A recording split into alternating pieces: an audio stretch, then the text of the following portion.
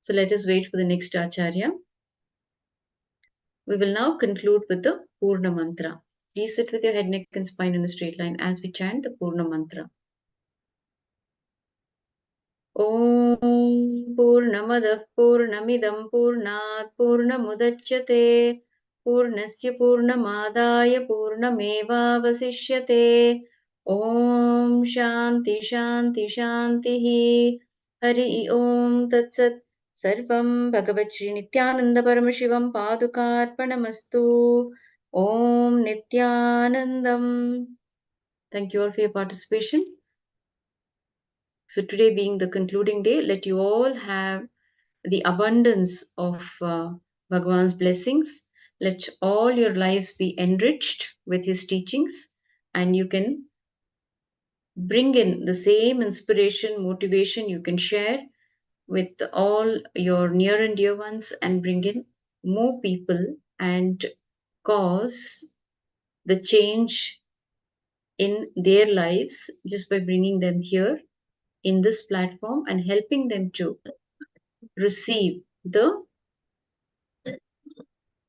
all the abundance of blessings from the master and helping them to raise their level of consciousness. So with that, I conclude. Thank you all for your participation. Nityanandam.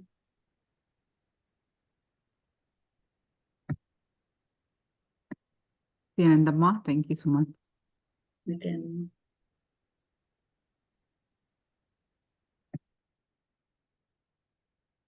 Nityanandam, everyone. Now, let's enter into our next session. We are learning the experiencing the Paramashivoham. What are all the things that we need to do? We just learned the intensity, a long session on how to be intense to experience Paramashivoham. Now, in this session, we are going to learn about conversational relationship with Guru. Our conversational relationship with Guru makes you experience Paramashivoham. In the first session, you learned about feeling his presence, talking to him. Now let's learn more details about conversational relationship with Guru. Make you experience Paramashivoham.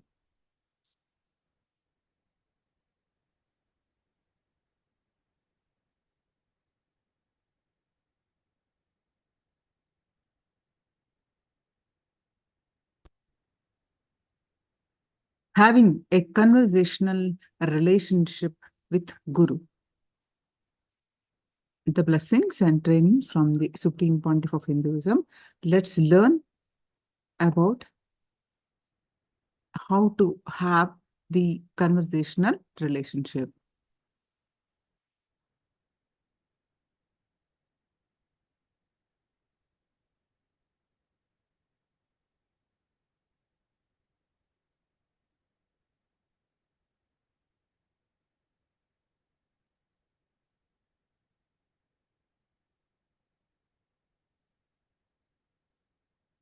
So what you will learn from this session is what is conversational relationship and why we should have conversational relationship with Guru, and how do we have a conversational relationship with Guru, and how do we have a conversation relationship with Guru, and sacred Hindu reference to have conversational relationship with the Guru, and internalizing activities and techniques to have a conversational relationship with Guru.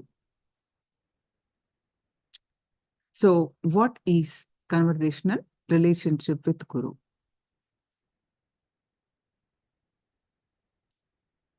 Conversational relationship is where the Guru and disciple can have a conversation, and Guru is able to tell you the truth as it is. conversational relationship is what is called as integrity.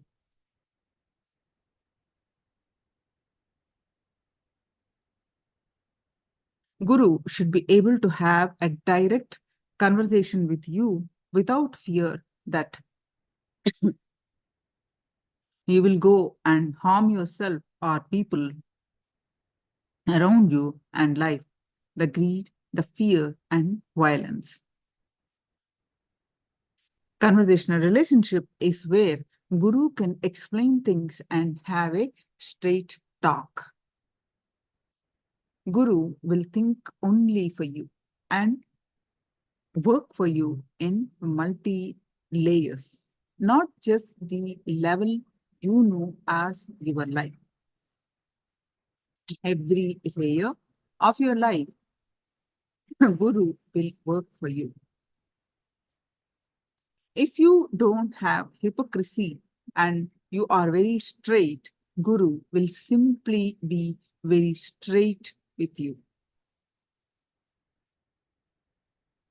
Always be life positive, even if Guru is strict. It will be for you to do yoga, not to destroy your life. Paramashiva is absolutely life positivity, pure life.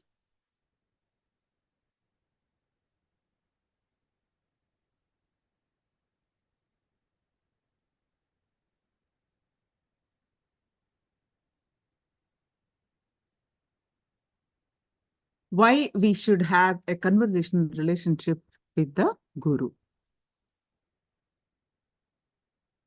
Guru can protect you by just with simple conversational relationship. The multi-layered happenings of your life and your mind. How you make decisions, how you will think, what will be the results, and how you will make friends and how you will make enemies, how you will put yourself in problems and how you will put yourself from problems. Just with simple conversational relationship, even death cannot touch you. You are protected in all the 14 worlds. Retain your ability to have a direct conversation with Guru. Nothing will touch you. When Guru cannot have a direct conversation with you, means you are behaving like a Ravana and Bhasmasura. When Ravana was greedy, he was trying to take Kailasa under his control. When Bhasmasura was greedy, he was trying to control. If Guru can tell you whatever you need to correct, you are saved forever. Even Yama cannot touch you. Yama is Lord of Death.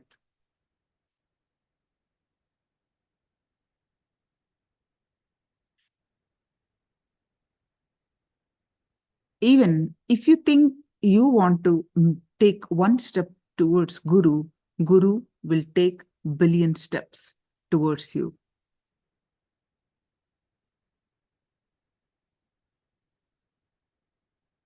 With sincere, obedient disciples, Guru can straight tell them what they need to correct within them or outside them. What is right in them, Guru can praise. What they need to understand, Guru can tell directly.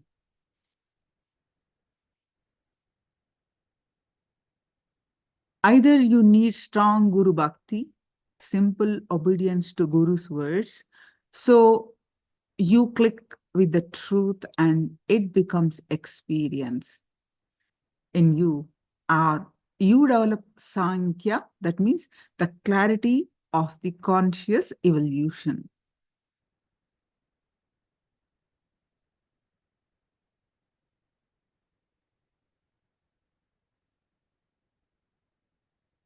Hindu references to conversational relationship with Guru.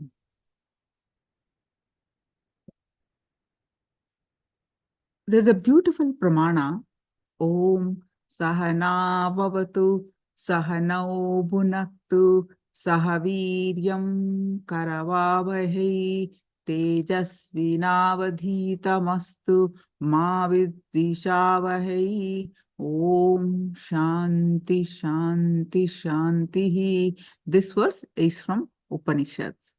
That means this Shanti or peace mantra means may we both, master and the disciple, achieve perfection or completion. May both of us grow. May both of us enrich each other. May we not have enmity towards each other.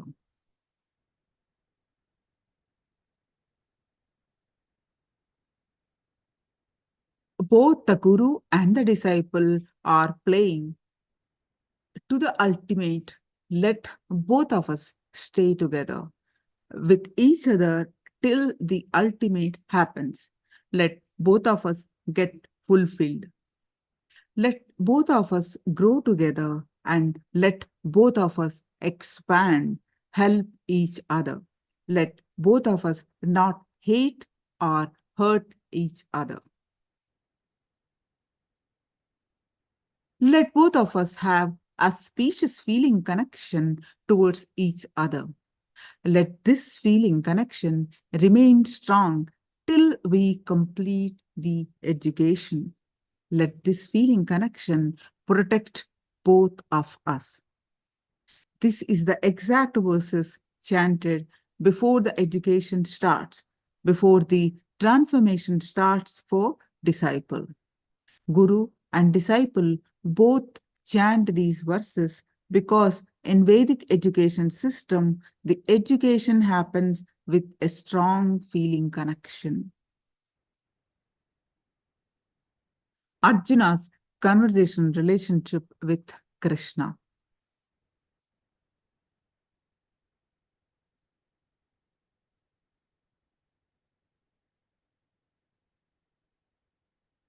When Krishna listens to Arjuna, he is interested in Arjuna's real problem, not what Arjuna is complaining about. Krishna is not interested in just expressing what Arjuna knows. Krishna allows Arjuna to speak into his listening so that Arjuna can go to the root of the problem and address the issue.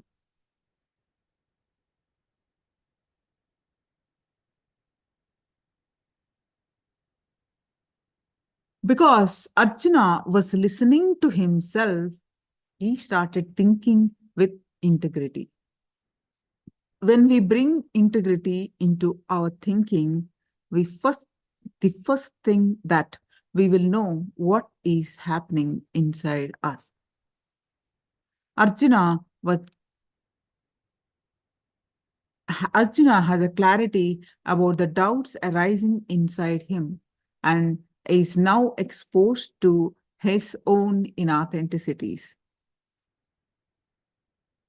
Arjuna's actual inner image, his old mamakara that was hidden from him, his root pattern of attachment, his deep fear of expansion, and his inauthenticities are now being exposed by Krishna. The transformation that Krishna leads him to over the 18 chapters is the revelation of truth to Arjuna and to all humanity.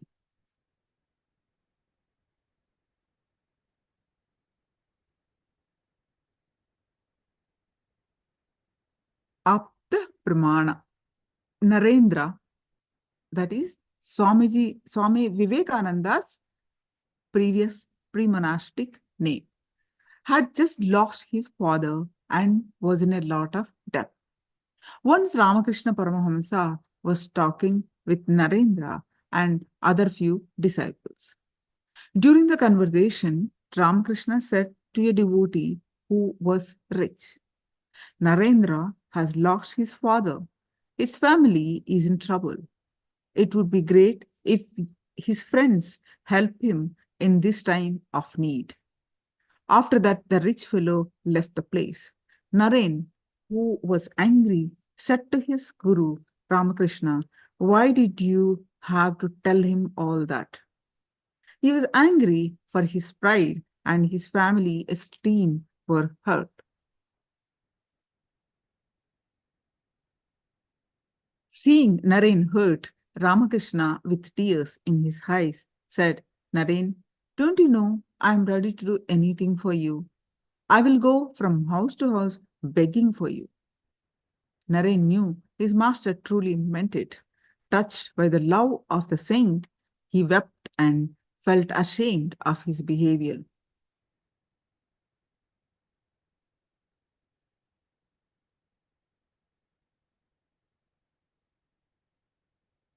Shiva Pillai's conversational relationship with Narayanaswamy Tata.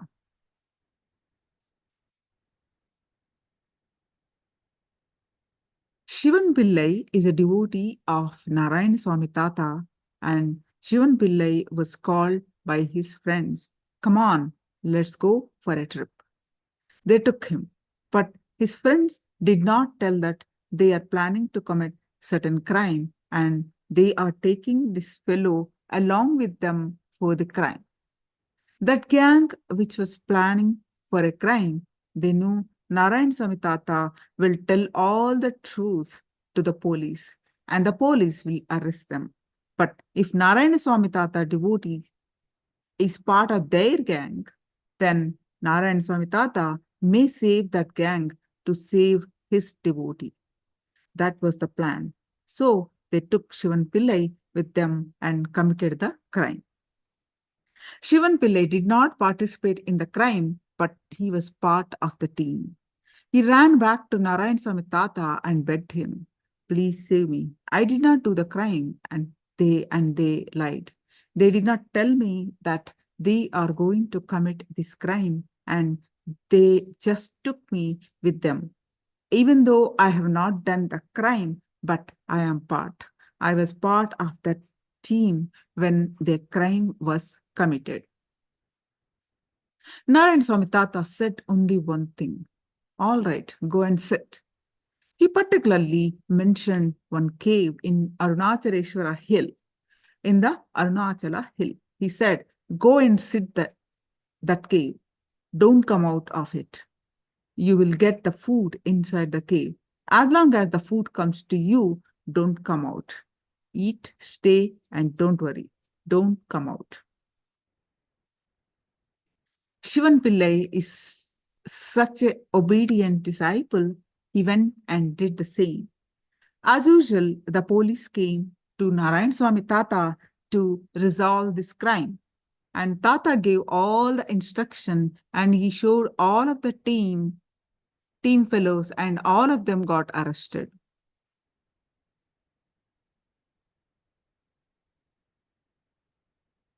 All of them got arrested other than his devotee. Those fellows got arrested and put in jail. The Supreme Pontiff of Hinduism was seeing the whole scene, and when Shivan Pillai came and cried to him, the Supreme Pontiff of Hinduism was witness for both the scenes, when Shivan Pillai came and cried and when police came and reported the crime.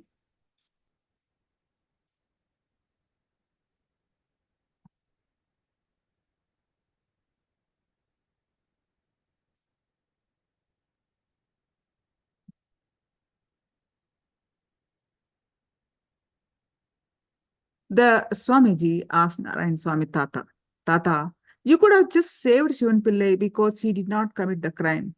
He was only in the scene, but you would just, if he did not tell his name, that's enough.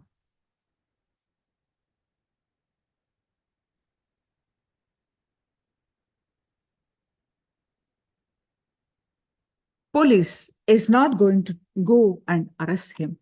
Why did you go and why did you tell him to go and sit in the cave? Then Tata told to Swamiji, he was supposed to get arrested in his graha situation. He has that. Instead of jail, he changed it into Bandhana Yoga, means withdrawal from society, and he was meditating. And at the same punishment is now used as transformed into tapas, and that fellow got some powers because he obeyed the Guru Vak, the Guru's words. Such is the grace of Guru. They know what is ahead of us beyond we know about ourselves. And what their actions and instructions, the Guru Vak, we will never understand.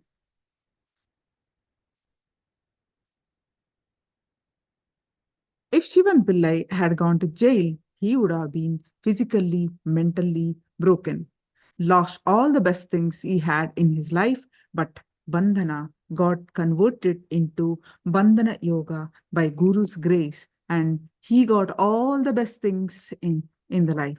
He got powers, blessings of the Guru, and got saved from going to jail and all the other social stigma associated with everything.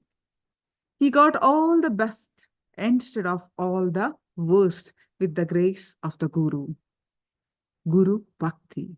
And that fellow was so deeply devoted to the Guru, he just obeyed whatever Guru said.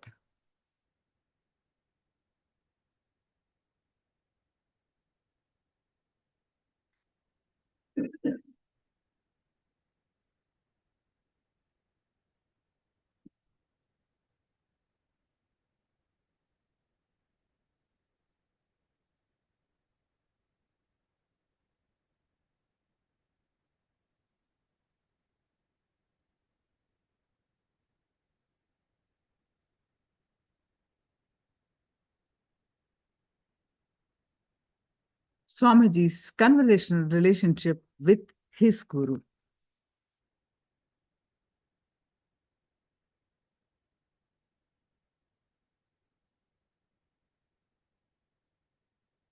My Guru-disciple relationship with my Gurus is choiceless, optionless, absolute, sweet, simple surrender and obedience.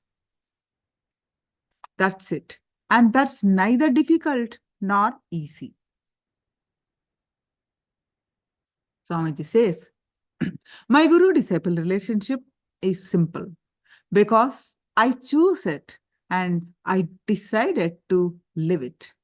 It's neither difficult nor easy, and it is simple.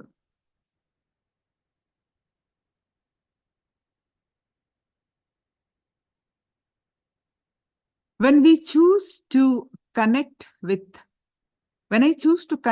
my Gurus as they introduce himself to me, I inherited all their state, space, powers, and being of superconsciousness, KAILASA, everything. Said, unsaid, everything theirs I inherited, and it started manifesting in me.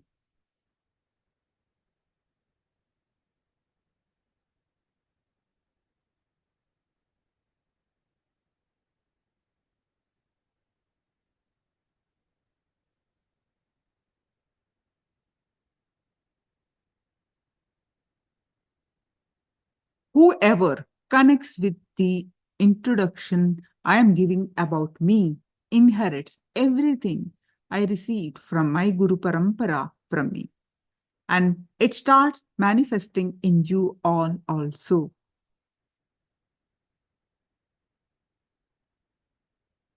If you choose to connect with me as I introduce me to you all as a living manifestation of Paramashiva, this is my introduction to you all.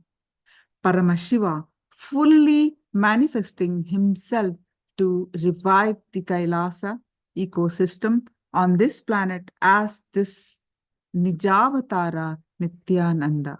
He himself is manifesting. This is the introduction I am giving about me to you all.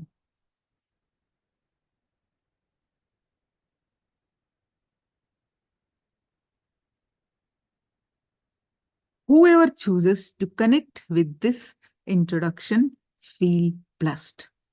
You inherit everything I received from my Guru Parampara, from Paramashiva himself, and Parashakti, and the whole Guru Parampara. Whatever I received, you are inheriting all of that. This is the science of inner net.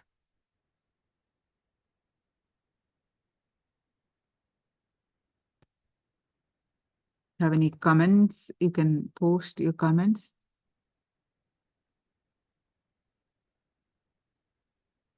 What is your understanding so far? You can post it in the comment.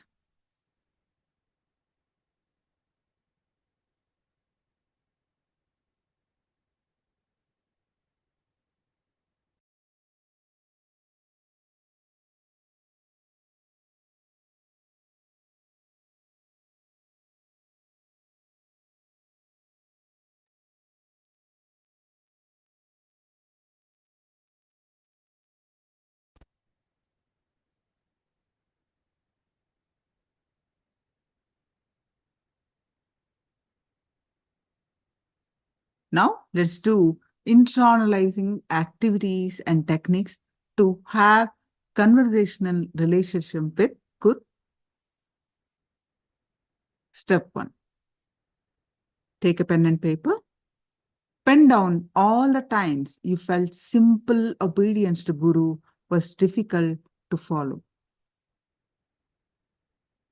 Pen down all the times, or how many times you felt that simple obedience to Guru was difficult to follow. Example, I don't have energy to do yoga today. I can't attend satsang because I'm very sleepy. So like this, how many times you missed following the Guru? Sorry, pen down now, please. Starting from step 1.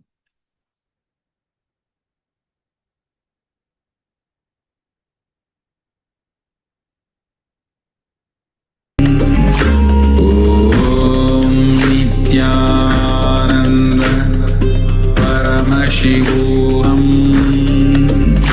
Om Nityananda Paramashivoham. Om Nityananda Paramashivoham. Om Nityananda Paramashivoham. Om Nityananda Paramashivoham. Om Nityananda Paramashivoham. Om Nityananda Paramashivoham. Om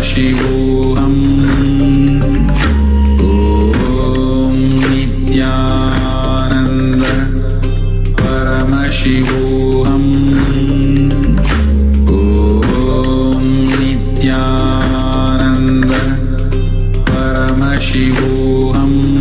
Paramashivoham.